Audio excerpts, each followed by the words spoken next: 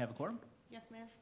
All right, then I believe it is Commissioner Ortiz's turn for the allegiance and invocation, right? Would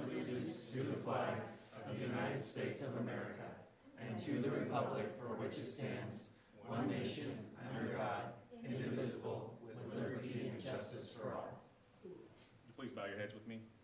Dear Heavenly Father, we thank you for today. We thank you for everything that you've given us. We ask that you just continue to be in our hearts today as we discuss matters upon the city business.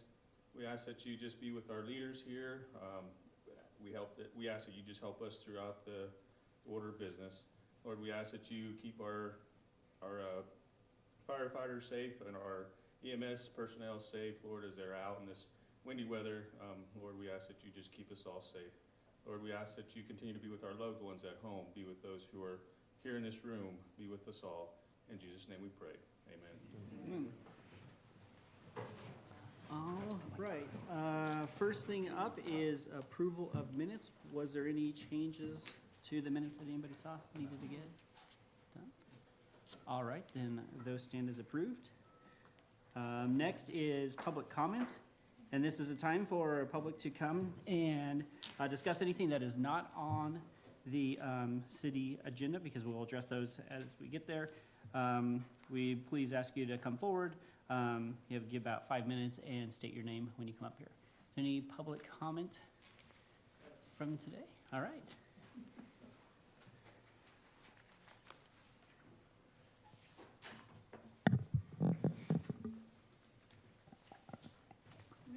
I don't know if this is on the agenda or not, because I didn't get a chance to look at that. Okay, could My you, name is Deborah Brungart, And I'm James Brungart. welcome.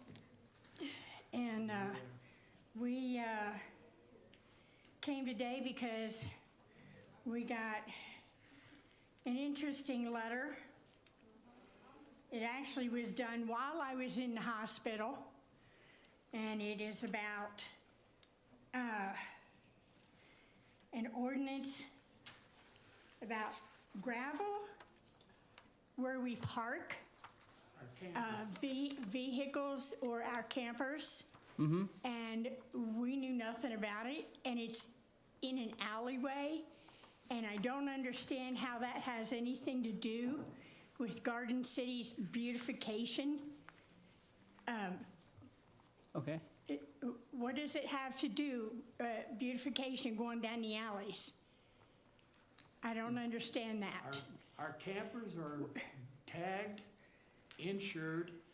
My pickup was sitting there when I was taking her wheelchair inside the garage when they took the pictures. Then it says that it's a broken down vehicle with no tag on it. And I said, oh, whoa. Did she even look? Yeah, and she said also for the campers, there was no tags on it.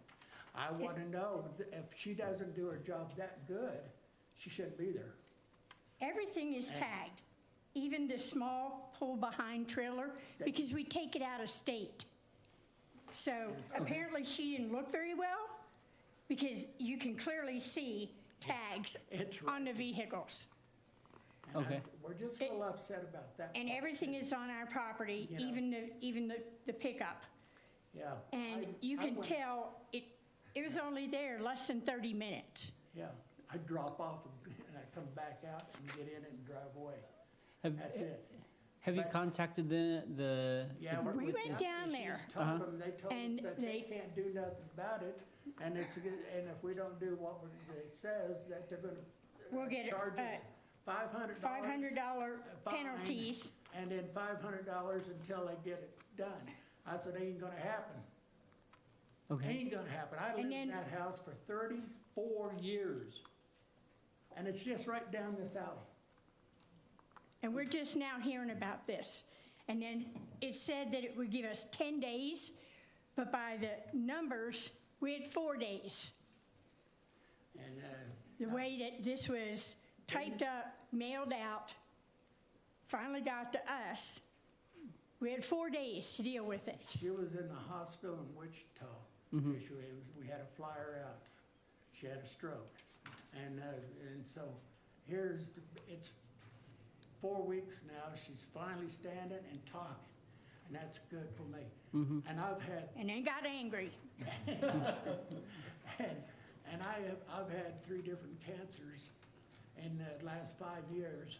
And so if there was weeds hanging out a little bit, I'm sorry, I can't get out there and do it. And I don't have nobody else to do it for me.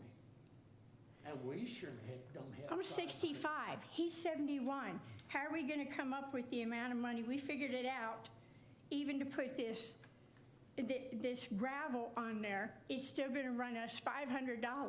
Mm-hmm. And where are we supposed to come up with that kind of money? Yeah.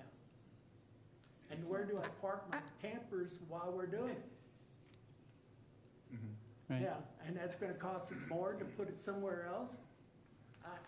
Come on, let's be little. And, I've lived here Okay. all my life, I was born here. Sure. Right. And it just really kinda upsets me to hear that, they can make a rule, Most of you know us. and, you make a rule, and bothers, how about the people that doesn't have any money that can? We live paycheck by Right. paycheck now. Right. On Social Security Social Security. Okay. Yeah. and a little bit of capers. Yeah. Is it okay if I have Trent come up and, That's fine. are you aware of this? Explain. Yeah. Or just I talk don't about even the see him. process and We've where we're at? talked to We talked to Trent, What's the address you're talking about? 512 512 North 9th Street.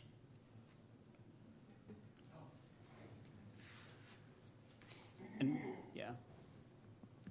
So, Go ahead. So has this been raised with the department?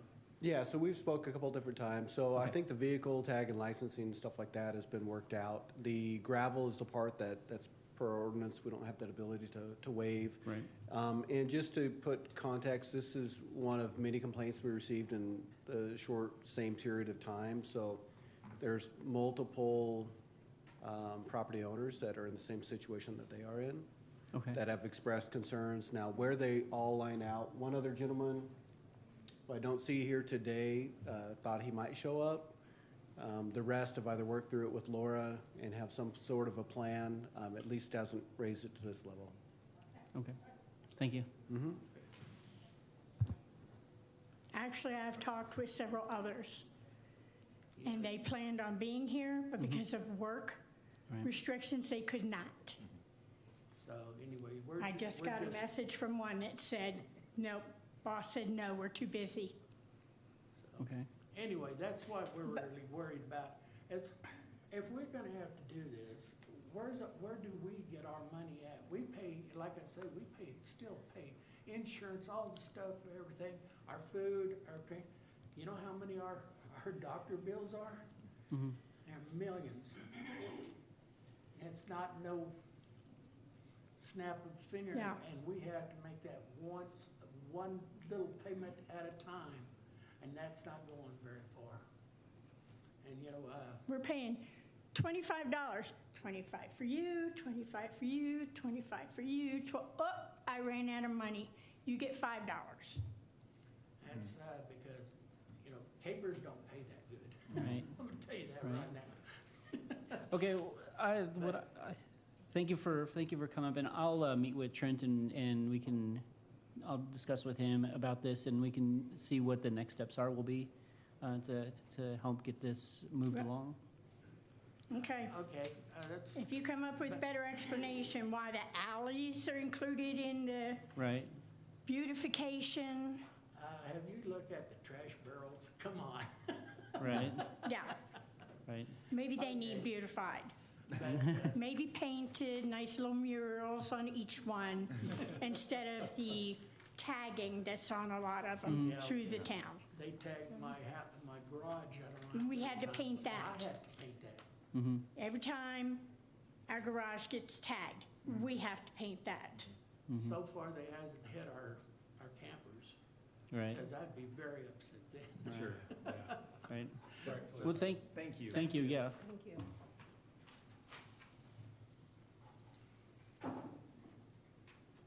Okay. Is there any other public for public comment? Okay, then we will go on.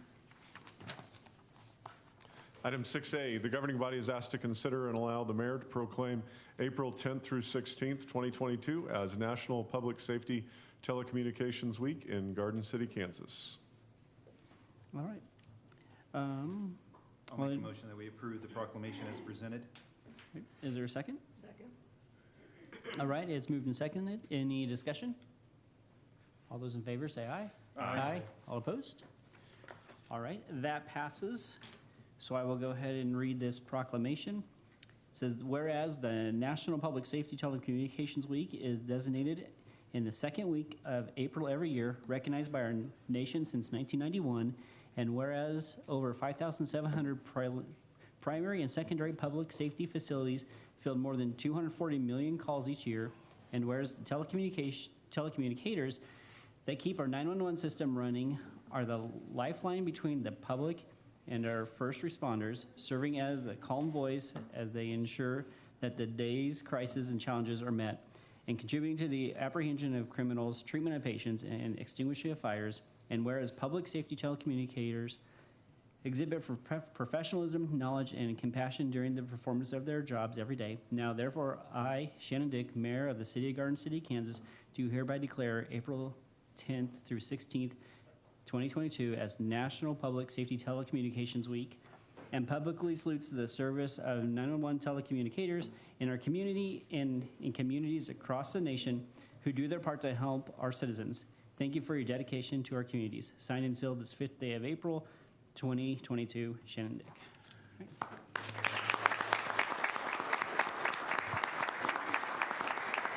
I think we go up and there's somebody we're presenting this to. Yeah, I think if we could be joined, if the mayor could be joined up front, everybody, commissioners, if you want to come up too, and we'll kind of crowd in here and take a picture. And then if anybody's got something to say on behalf of the communications division, you're more than welcome to, or we can just celebrate with a picture. Get this out of the way.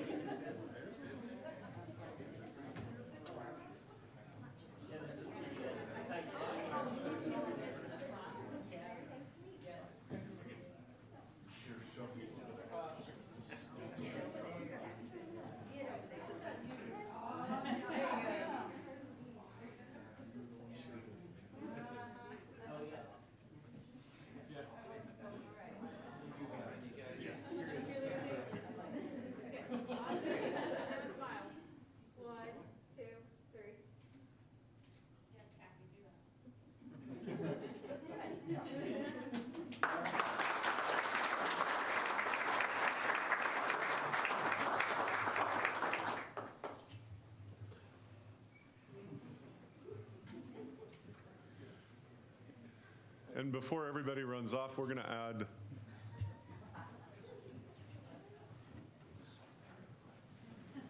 add one more to the agenda.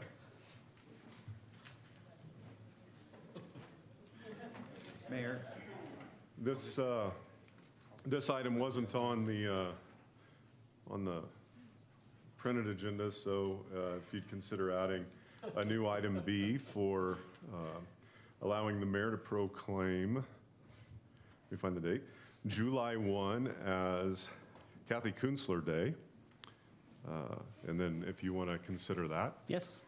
I'll make the motion that we approve the proclamation before us as presented. Second. All right, there's a motion and second. Any discussion? All those in favor say aye. Aye. That passes. Go ahead, Matt. And I'm going to read this, and Kathy, if you want to join the commission up front too while we're reading this. Whereas Kathy Kunstler began working for the City of Garden City as support services technician on June 4th, 1990, and whereas Kathy has served in many roles, including communications supervisor, records supervisor, and support services director of communications, which she has held since December 17th, 2000. And whereas Kathy provided leadership within the police department and in the community and was instrumental in the progression of 911 communications for Garden City and Finney County. And whereas Kathy was a department representative at both the state and national levels, serving on the Kansas chapter of the Association of Public Safety Communications Officials and the Kansas 911 Coordinating Council.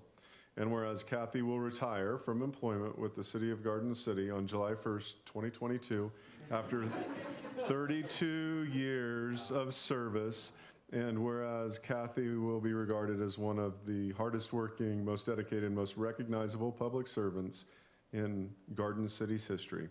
Now therefore, I, Shannon Dick, Mayor of the City of Garden City, Kansas, do hereby proclaim July 1st, 2022 as Kathy Kunzler Day in Garden City, and urge all citizens to acknowledge and express their sincere appreciation and thanks for her service to this community, and highly commend her for the manner in which she has carried out her responsibilities and duties for the City of Garden City. Signed and sealed this 5th day of April.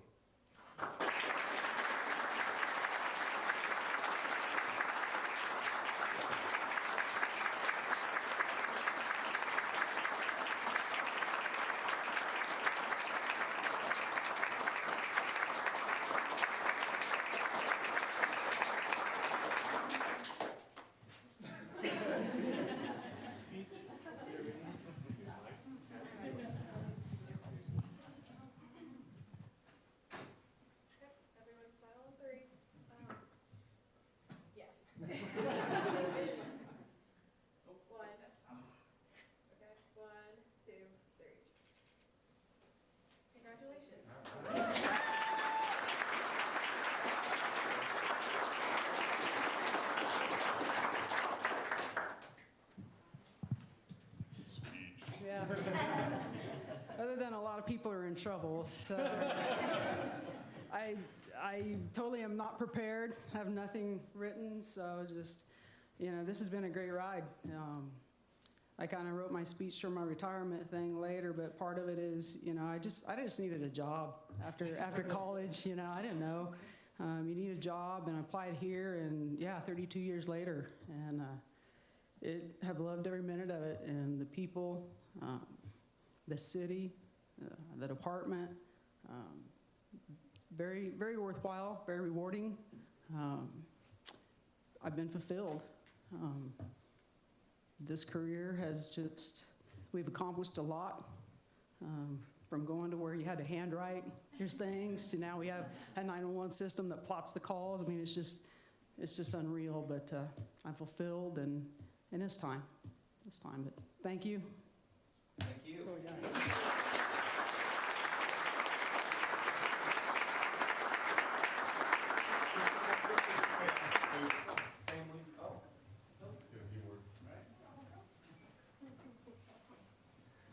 I'm sick today. She's supposed to be teaching in Wichita today. Yeah, she's here. She's taking.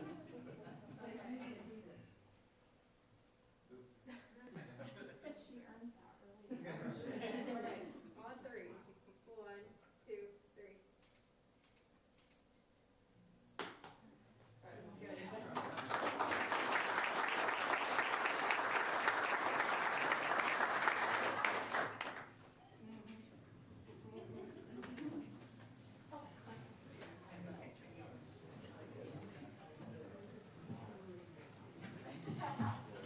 I gotta re-letter everything.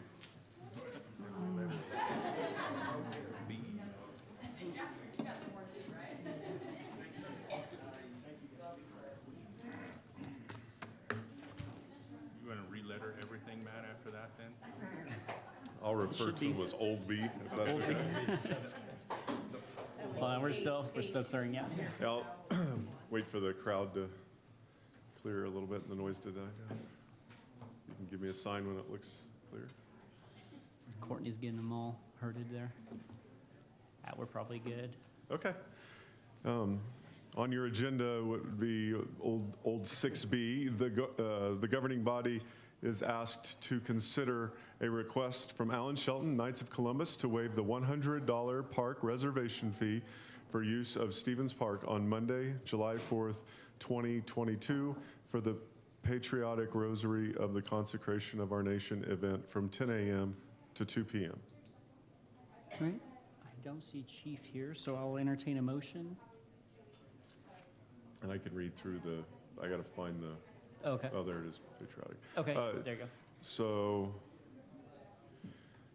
in August 2011, the governing body approved a fee structure for park reservation. The city charges for the use of picnic shelter reservations, including Stevens Park, beginning on Friday at 1 p.m. through Sunday evenings, unless the event is considered a community event. Fees will be collected on the following holidays: Memorial Day, Independence Day, and Labor Day. There is no clear definition of a community event. The policy states park reservation waivers need to be submitted to the city manager's office 2 weeks in advance of the event for consideration. Based on the fee structure approved in 2011, there would be a $100 reservation fee for the requested event on Monday, July 4th, 2022. Staff will use overtime to clean the shelter for use the morning of the event, as well as prep the next day. Historically, this event has not been charged for the use of Stevens Park during mentioned hours. However, to be consistent with charging practices, the Parks Department is now charging for this request because we charge all other churches for shelter reservations in city parks. If the event organizer is not asking for an exclusive reservation, which would allow for another event to reserve the Parks Department would not charge for the event. Exclusive use is defined as the only organizer utilizing the park for their event and is not determined by the public's ability to attend the event. So your alternatives are to approve the request to waive the $100 reservation fee, to deny the request to waive the $100 reservation fee, or to direct staff to another alternative. And so by policy, it would be charged by past history. I believe last year you waived the fee for this event. Thank you. So this doesn't qualify as a community event then,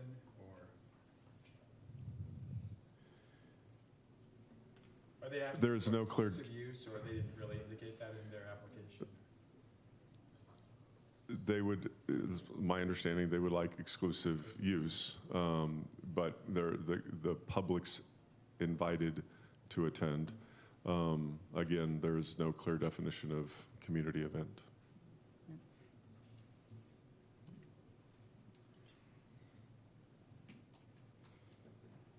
I'll make the motion that we approve the request for the waiver of the reservation for Stevens Park on Monday, July 4th, 2022. There's a motion. Do we have a second? I'll second. There is a motion and second to waive the reservation fee. Is there any discussion? All right. All those in favor, say aye. Aye. All opposed? That passes. Thank you. Item old 6C, the governing body is asked to consider and approve a request from Nathaniel Heck to waive the $100 park reservation fee for the use of Stevens Park on May 21st, 2022 for a Community Culture Day event from 8 a.m. to 5 p.m. And really the background is similar. The day is different. This is a Saturday rather than a holiday, but still under the fee schedule for an exclusive reservation. And again, no clear definition of community event. The application of the fee or the not application of the fee isn't necessarily determined by the public's ability to attend. It's more based on the exclusivity of the use. So with that, I think the alternatives, again, you can approve the request to waive the fee, deny the request to waive the fee, or direct us different with some other alternative. All right. And I do believe Yeah, I was gonna say, Pastor do you Heck's wanna- here. Yep, come up and just give a quick overview. All right, quick overview. I'm here on behalf of the Ministerial Alliance. Mhm. That's what we're doing here and trying to get the community together. We're very excited that this is taking shape, and we're getting support from all different areas and all different foundations in the community as well to make this event come together. Just a lot of things that are happening. We, as night. We have 11 countries that are going to be there representing this area. It's the first year. We're hoping to make this an annual event as we continue to grow and reach out to different aspects in our community. And we're very excited. One of the countries last night, they were talking about how this is long needed for their country to be represented, for them to feel included in the community. And so this is just one little step to bring the community together in a little bit different way that has been done a long time ago from what I understand. But on behalf of the churches coming together to bring it together solely to get to know each other and bring the community together with some unity here. So that's the background of the event, and we're just requesting that $100 to be waived if you could. All right. Thank you. Any questions? All right, I'll entertain a motion. I move to approve the request to waive the $100 reservation fee for Stevens Park on Saturday, May 21st, 2022. All right, is there a second? I'll second. All right. Do we have any discussion? No, thank you for bringing this together. That's really, Mhm. I know there's a lot of work that goes into it. Yeah, sounds like a great event. All right. All those in favor say aye. Aye. All opposed? That passes. Thank you. Item 6, old 6D, the governing body is asked to consider a late application for the Neighborhood Revitalization Program on behalf of Miguel Fernando Alvarez for the address 212 North 13th Street for a new single-family home. Trent? All right, Commissioners, for your consideration, attached to your agenda is a letter that Mr. Alvarez provided to us. Just a little background to that, we had some discussion with the county. We think we got a little bit more handle of the application process, if nothing else, for my own benefit. And also, Mr. Alvarez has been very patient with that because this came in, the letter dated around Christmas time. County asked to give us a little bit of time before we meet. So, but according to the criteria for determination of the eligibility of the Neighborhood Revitalization Program, or NRP, the applicant must complete an application for the tax rebate within 180 days of the issuance of the building permit. A permit for a single-family home located at 212 North 13th was issued on March 8, 2021. The project costing approximately $52,000 meets the minimum investment of $5,000 to qualify for the program. The applicant has submitted a letter requesting consideration for their application. In their letter, the applicant is asking for consideration due to confusion regarding the time frame to submit and the change of contractors. Over the past 10 years, there have been 3 applications for consideration. Back in 2013, there was a multifamily building located at 704 North Main Street. This was turned in 78 days late. It was approved. In 2017, the governing body denied an application for a new residential home located at 2324 North 11th Street. That application was turned in 66 days late. In 2020, 2304 East Mary for a commercial remodel had been turned in 3 days past the deadline. That request was approved. The alternatives today, alternative number 1 is to approve the request for to submit the late application for the Neighborhood Revitalization Program, or alternative number 2 may not approve the proposed request to submit a late application for the Neighborhood Revitalization Program. Recommendation from staff, we are unable to recommend approval of this as it exceeds the guidelines of the Neighborhood Revitalization Program. Miguel, I thought was going to be here. I don't see him. So I did confirm with him yesterday that he would be here, but if you have any questions, I'll do my best to answer them. So I know that he had contacted me concerning this, and I know that he bounced back and forth from our department here, and then over there to the county, and was always trying to figure out what he was supposed to do. And so I know that added to the confusion too, and then also extended the time frame trying to understand what he needed to do, because I really didn't understand. When you were in my conversation, it was the county who had to make that determination. And so he went and spent a lot of time at the county, and then he found out that it was actually our department that needed a decision. So I think that also is extenuating circumstance to the number of days, and also why this has taken so long to resolve or bring it to this point. Yeah, the confusion, just to add to that, we had a cancellation of an NRP that had previously been approved that I received from the county. And so I wanted to clarify that if we're doing the process correctly and we approve another one, is that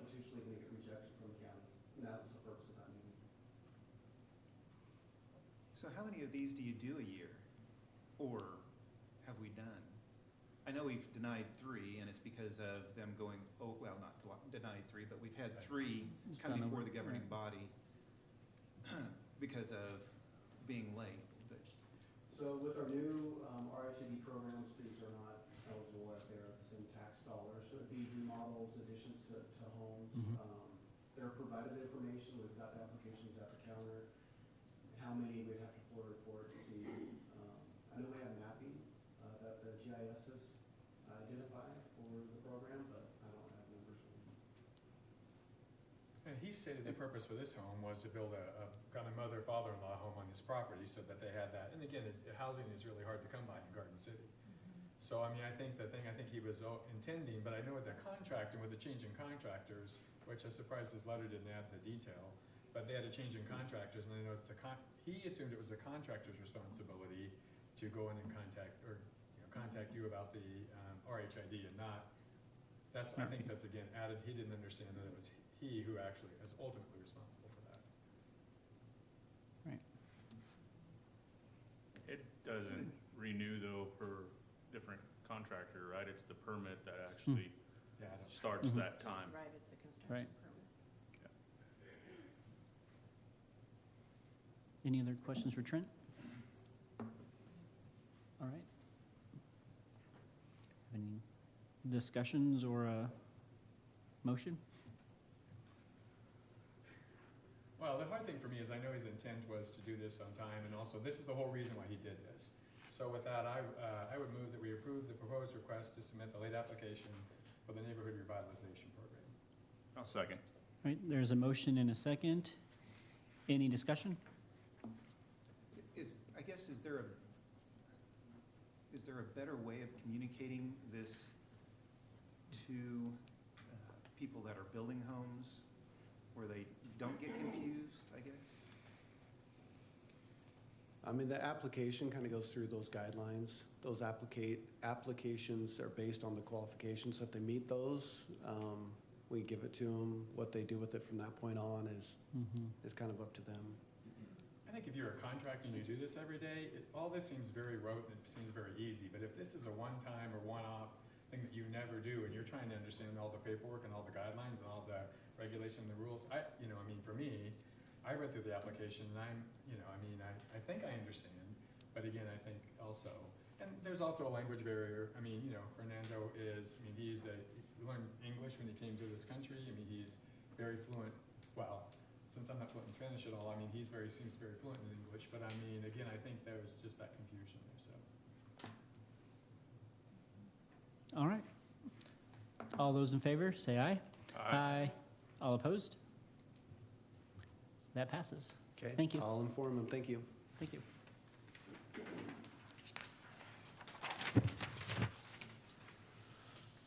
As we start out, a report of the city manager, not included in this report, but certainly something I'm excited to inform the commission and the public on is we have 2 new employees, 2 new folks who have the title Assistant City Manager, and I think they're out there in the audience, Danielle Burke and Derek Ramos. So I think welcome to both of them. And they've already hit the ground running.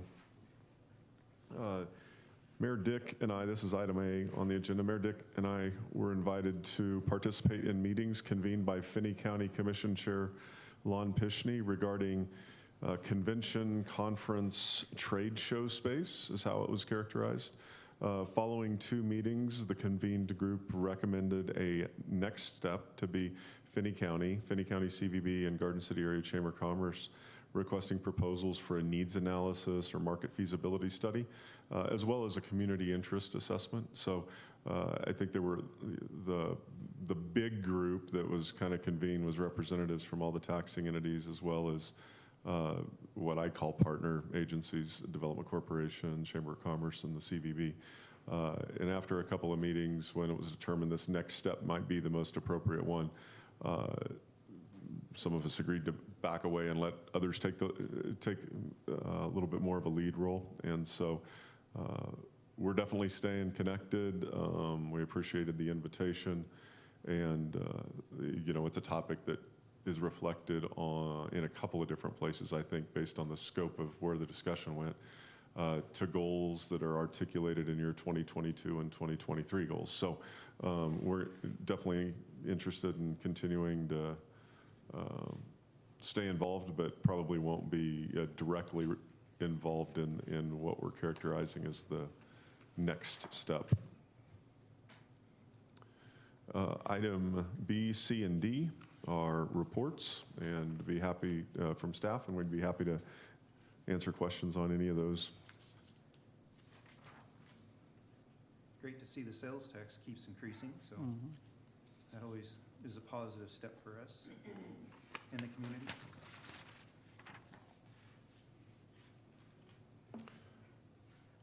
Okay, you'll see meetings of note there. I believe some of those require RSVPs or even tickets, and I think Sealand's reached out on a few of those for you. If there's anything on there that you see that you want to take part in and you want to let Sealand know, that'd be great. Item 9A is the Appropriation Ordinance. If approved, it would be appropriate to, I guess, if approved, it'll be ordinance number 2552-2022A. All right. I'll make a motion to approve the appropriation ordinance number 2552-2022A. Is there a second? Second. All right, there's a motion and a second. Any discussion? All those in favor say aye. Aye. All opposed? That passes. Item 10A, the governing body is asked to consider and approve an ordinance establishing electric rates within the corporate limits of the city of Garden City, Kansas, to include charges for statutory service area compensation. And if approved, it would be ordinance number 2926-2022. Mike? Yes, good afternoon, Mayor and Commissioners.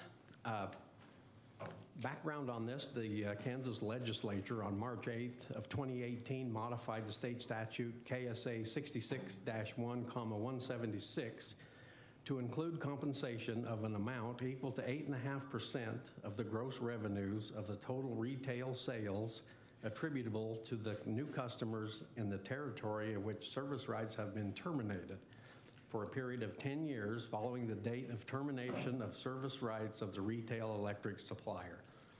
And that's a long sentence, but that's taken right out of state statute. The Kansas Corporation Commission defines the service territory of all electric service providers in Kansas, and when property owners request annexation into the corporate limits of the city of Garden City, the electric service territory is in the Wheatland Electric Cooperative Incorporated designated area. After annexation, the governing body can consider a franchise to the Wheatland Electric Cooperative, or the governing body can choose to serve the property with its city's electric utility. Even though there may be no existing electric customers in the annexed areas, state statute KSA 66-1,176 requires the city to compensate the Wheatland Electric Cooperative 8.5% of the gross revenues from any new electric customers in that area for 10 years. The ordinance you're being asked to consider today establishes the electric rates that would be charged in the areas annexed after March 8th, 2018 for 10 years. After 10 years, the rate will be lowered to the published rates charged within the corporate limits of the city. Excuse me. If this ordinance is adopted by the governing body today, there will be 2 areas within the city that will be impacted by the new rate structure. Those 2 areas are one single property located at 2640 Ray Road, and the other is the Sunset Terrace subdivision that is currently in the development stages. It will not have an effect on any of the existing city customers' rates. And there's a map. It's kind of hard to tell. They're completely opposite of each other in respect to where they're at.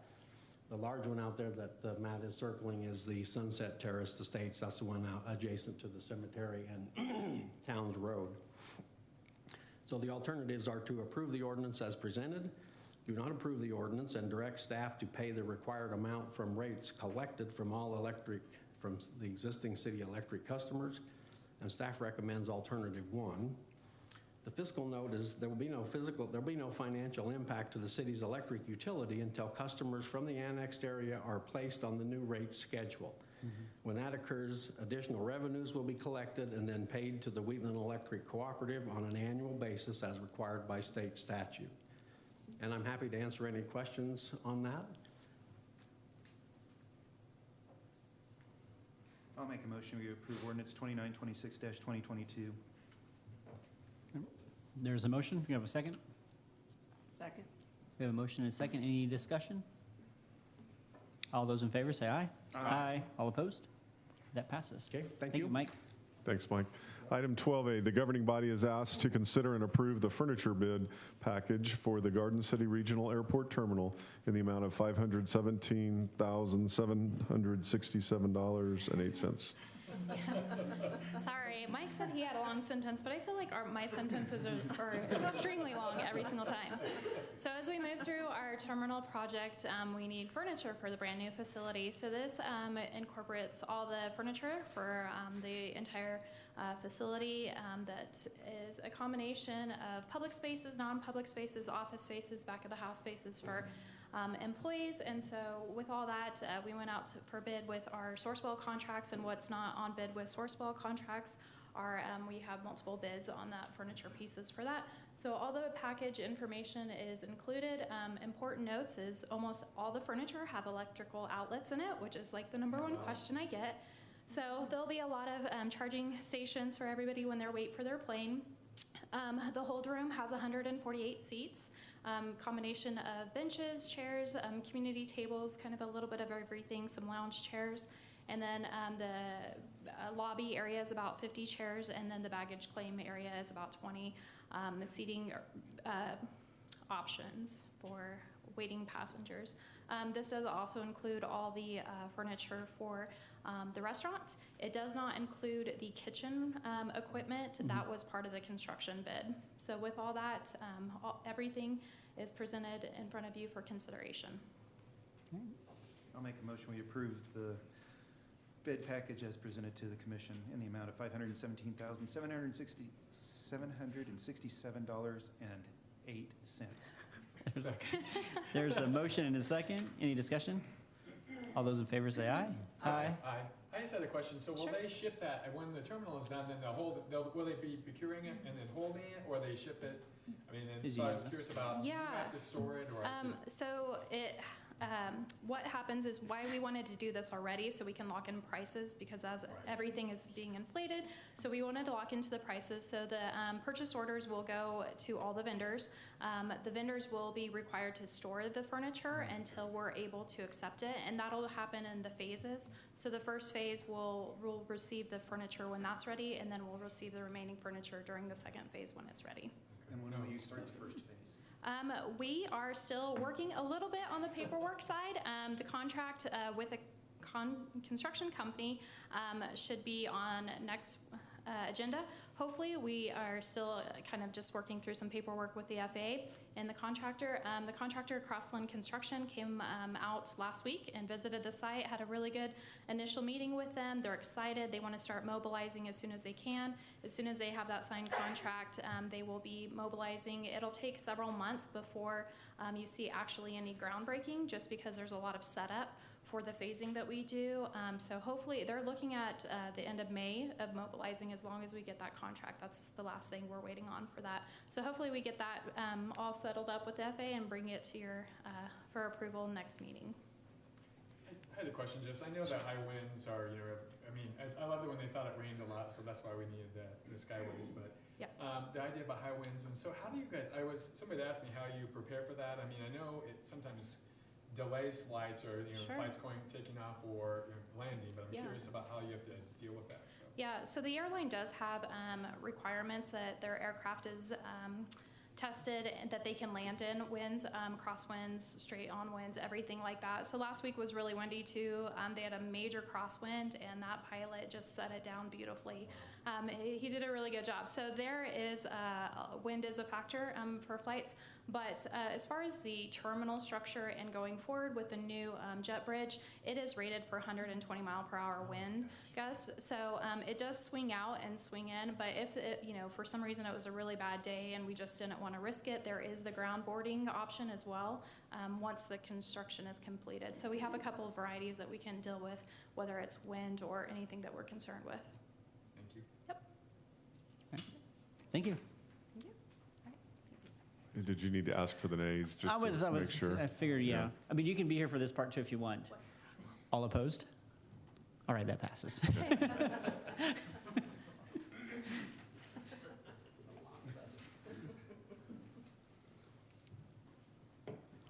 Where are we at? Item B, 12B. The governing body is asked to consider and approve the purchase of a 2022 6.4-liter gasoline engine Dodge Ram 5500 4x4 for $81,980 from Master Tech Truck and Equipment, replacing the previously approved Dodge Ram 5500 4x2 that was approved at the November 16th, 2021 commission meeting for $68,948. And invite Aaron up, who's probably already standing there. Okay. Afternoon, Mayor and Commissioners. I feel like this is a story we're hearing a lot this year. The truck that we ordered in November, they could not get the 4x2 chassis, so therefore they couldn't complete the order. We found out about that in February. Master Tech Truck then used parts that they actually had in stock to build this 2-ton 5500, what happens to be a 4x4, and it has a longer bed, an 11-foot bed. What we spec'd out was a 9-foot bed. So with that comes the increased cost of about $13,000. Obviously, this is not what you approved, so we're back before you to ask for your approval for the increased price. This truck I physically have had my hands on, so I know we can get it. And that is one of our primary concerns in both the parks and even the cemetery division is we've got two dump trucks. One's a 1-ton, one's a 2-ton, that are really at their limit. So there's some concern of whether we'll be able to actually get trucks even next year. Our recommendation is to approve alternative 1, which is to approve the 2-ton dump truck with the modified specifications for $81,980. And as always, I'll entertain any questions you might have. What's the projected lifespan of a truck like this? So the current one we have is a 2000 GMC 2-ton truck, or sorry, 1-ton truck. That one lasted 22 years. Now, it only has 66,000 miles on it because most of their miles are loaded miles. It's used to remove snow. It's used to haul dirt around, especially if we're using it up at the cemetery. And I recognize this is for parks, but sometimes they make their way up there. Dirt is obviously the primary cargo load on that. Right. But any kind of cleanup we're doing, these are our heavy haulers. So I anticipate that we should be able to get probably a 20-year lifespan out of the truck, at least 15. Okay. So I'm curious about, as far as I know that you have to take this out of your budget item, is it going to have to diminish something else that you needed also? It's coming out of the new equipment line item, and we've made arrangements for that that we'll be presenting in the 22 revised budget. The $13,000 shouldn't impact us. The funds for the $69,000 that were originally approved were carried over from 2021. So really what we had to find out of 2022 was that $13,000. Any other questions? I move that we approve the modified specifications and purchase of the 2-ton Dodge Ram 5500 4x4 dump truck for $81,980. Okay. There's a motion. Is there a second? All right, there's a motion and a second. Any discussions? All those in favor say aye. Aye. All approved or opposed? All right, that passes. We all did approve it. Yeah. Thank you, Aaron. Item 12C, the governing body is asked to consider and approve the request for proposals seeking design-build services from qualified firms or individuals for bidding the renovation of the law enforcement center. Chief? Good afternoon, Mr. Mayor and Commissioners.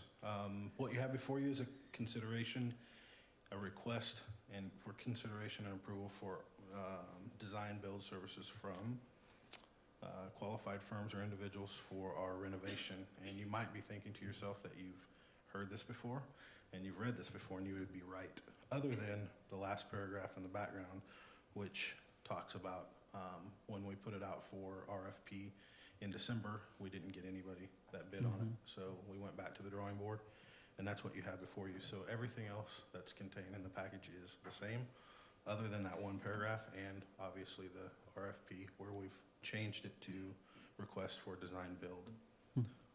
And I would absolutely like to talk about the alternatives, which would be you can approve it or you can deny it.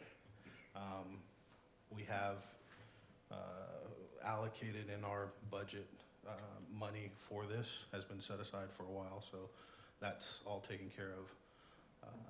We obviously recommend alternative number one, and hopefully we can move this project forward.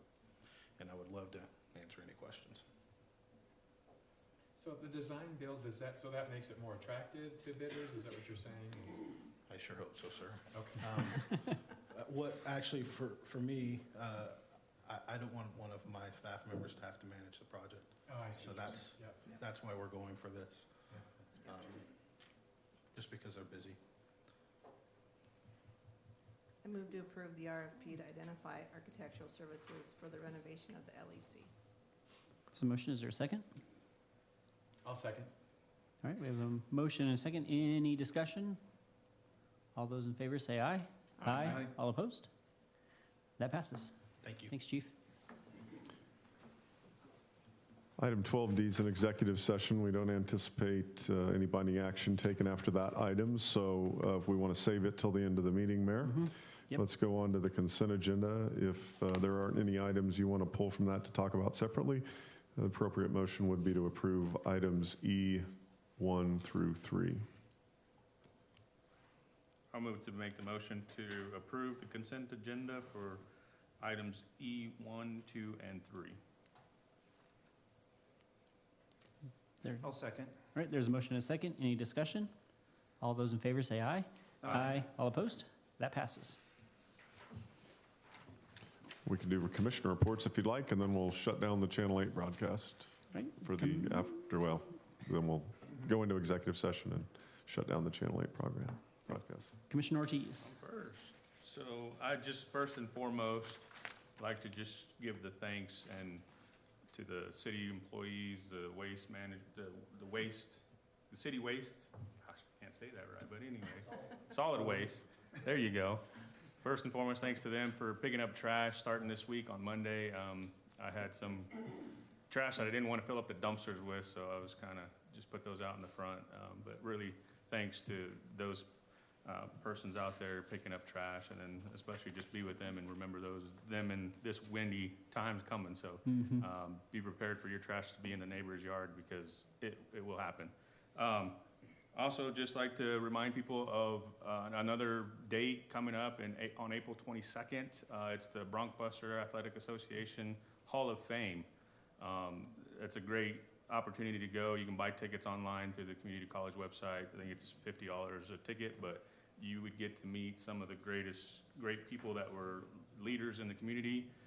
For the college's coaches, there's Bob Larson, Keith Smart, and Tamara Jones, Phil Lodholt, and Emily Miller. These people have all gone on to just do great things in the professional world as well. So if you have time, put that on your calendar. But also, I did have the opportunity to join in on a Zoom meeting with the wonderful leaders of Live Well and some of the organizations, the hospital, not United Methodist. Genesis. There's Genesis. Thank you. But they had some awesome insight, and it was called the ripple effect. And what that is just the way that things happen in a city or a commission, that when you make a decision to move forward, just like the smoking bans for our city, that ripple effect that it accumulates throughout different organizations and different programs and different offices and things, and just to have and to be able to live that healthy life and a healthy community in Garden City. So kudos to all of those. I've got a long list of people that were in that meeting, but I don't want to take up too much time for the other commissioners. So, but yeah, they're thinking of ways to come up for grant programs to actually move forward with others, ways to create healthy living in Garden City. So I applaud those leaders in doing that and finding out ways to get those programs as far as grant money to move those programs forward. So thanks to those people. That's it. Thank you. Commissioner Euler. Well, I wanted to just say congratulations to Kathy Kinsler. I mean, 32 years is a pretty good run as a city employee, and especially to honor her today and really the entire department. What a great thing that is. I really enjoyed, at the town hall, it was great to have public comment, and it's always good, I think, to have people come up and express any concerns that they have, give any advice, or, even today, having the Broncguards be able to come up and talk about something. And I think it's important, and I just want to encourage people to do that, because, you guys have more of a voice, I think, than even we do. I mean, when you come up to us in the community, I think that's great too. It lets us know what's going on, but when you come here, during that time, it really has an impact, and we really do pay attention to that. And so I just think it's important for people to use that time to come up and be able to say what they need to say. I enjoyed the pre-meeting. I thought it was also great to invite people to come up and give that input into some of those issues that we have.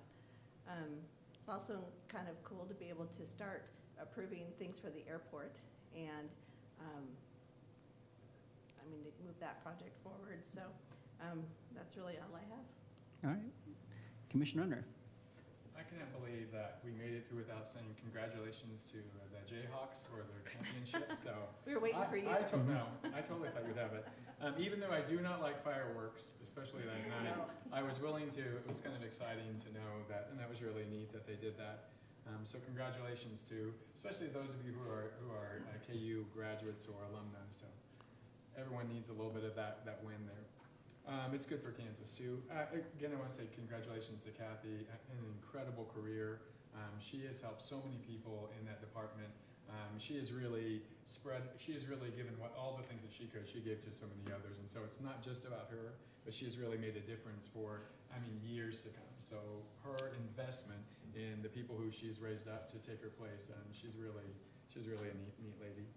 I was able to attend the Kansas Governor's Public Health Conference, and I'll tell you, it is a really excellent conference. And when you talk about all the different issues surrounding public health, I went to a couple of sessions that I normally wouldn't go to, and one was talking about just this whole idea about how drugs and how alcohol are really still playing a part, which I thought was really timely for our discussion today. But really thinking about what does that responsibility look like, and how can we make sure that our underage teenagers, our underage youth, and those things again. So what does that look like to really set the standard for them, so that when they do that's something, if they choose to responsibly do that or not.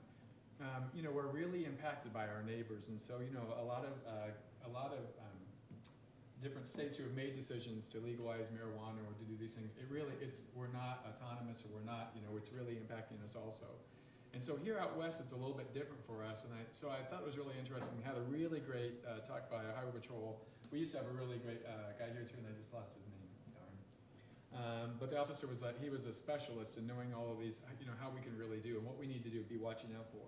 But I think the thing I walked away with is, really connect with your young people, with your kids, and us in the community, connect with young people and ask them, so, hey, are there things we can do? Are there things that, we need to help with?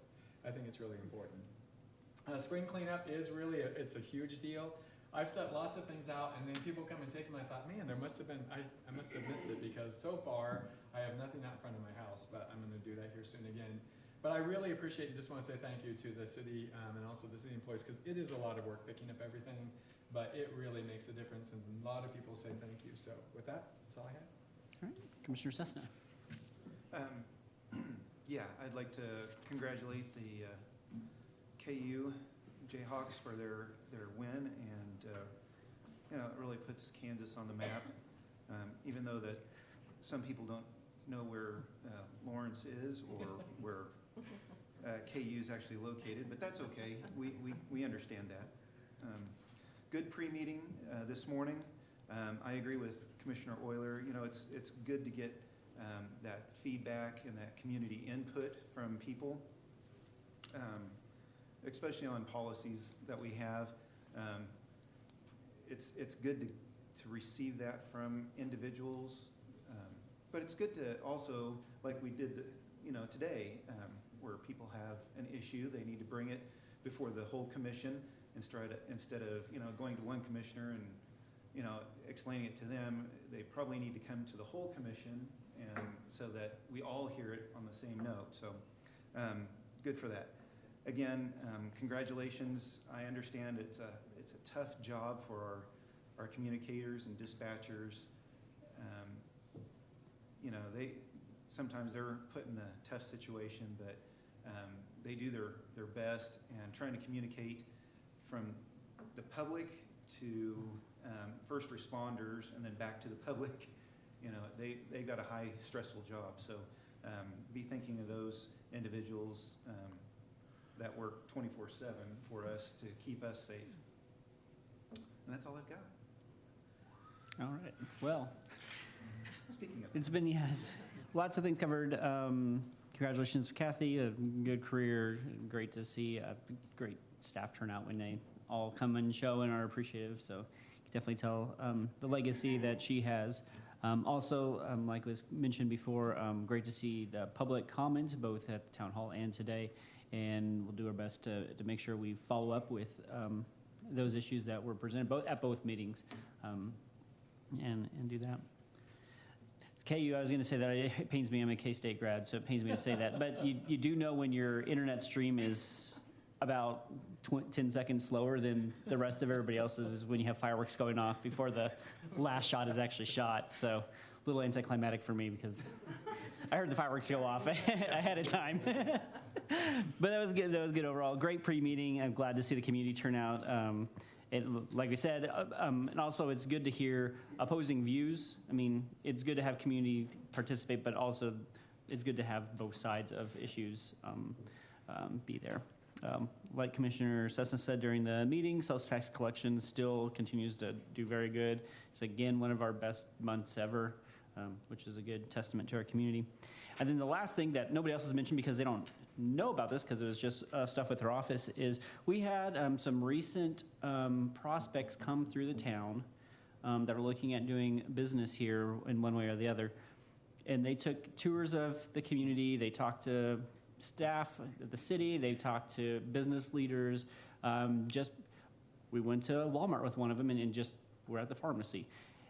Across the board, they had very high praises for our community. Our city did great. The city staff did great. The business leaders did great. The staff at Walmart did great. And so just thank you for everybody who takes the extra time to all these people that are new to our community. You don't know what they're going, why they're here, if they're here for a minute, if they're here to pass through or whatever. But we did very well as a community these last couple of weeks with people that are considering looking at our community to grow their stuff with. So thank you for everybody who takes the time, just the extra time, just to be nice to each other, just to answer a question, just to do, when somebody's doing a Google translation of their native language into English and the pharmacist stands there and figures this out.